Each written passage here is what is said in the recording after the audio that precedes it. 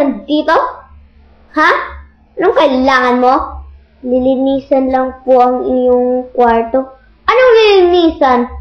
Baka kunin mo ang aking mga alas dyan. Basta nakita ko, kinuha mo, diretso ka sa kulungan. Kaya tandaan mo, akong mahaharap mo sa kulungan. Hindi lamang si Miss Minchin, kundi ako ang madrasta. At pwede ko namang ipakulong si Miss Minchin. Dahil, linuloko lang niya ako. At para makapera siya sa aking itay.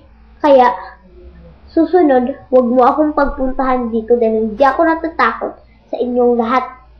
But, kang Miss Minchin, hindi rin ako takot.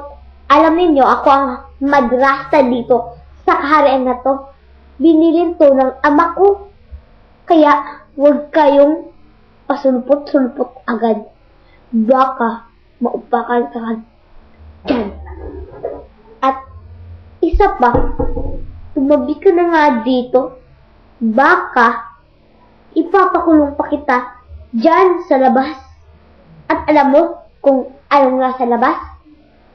Alam mo na yan. Kaya, bilisan mo!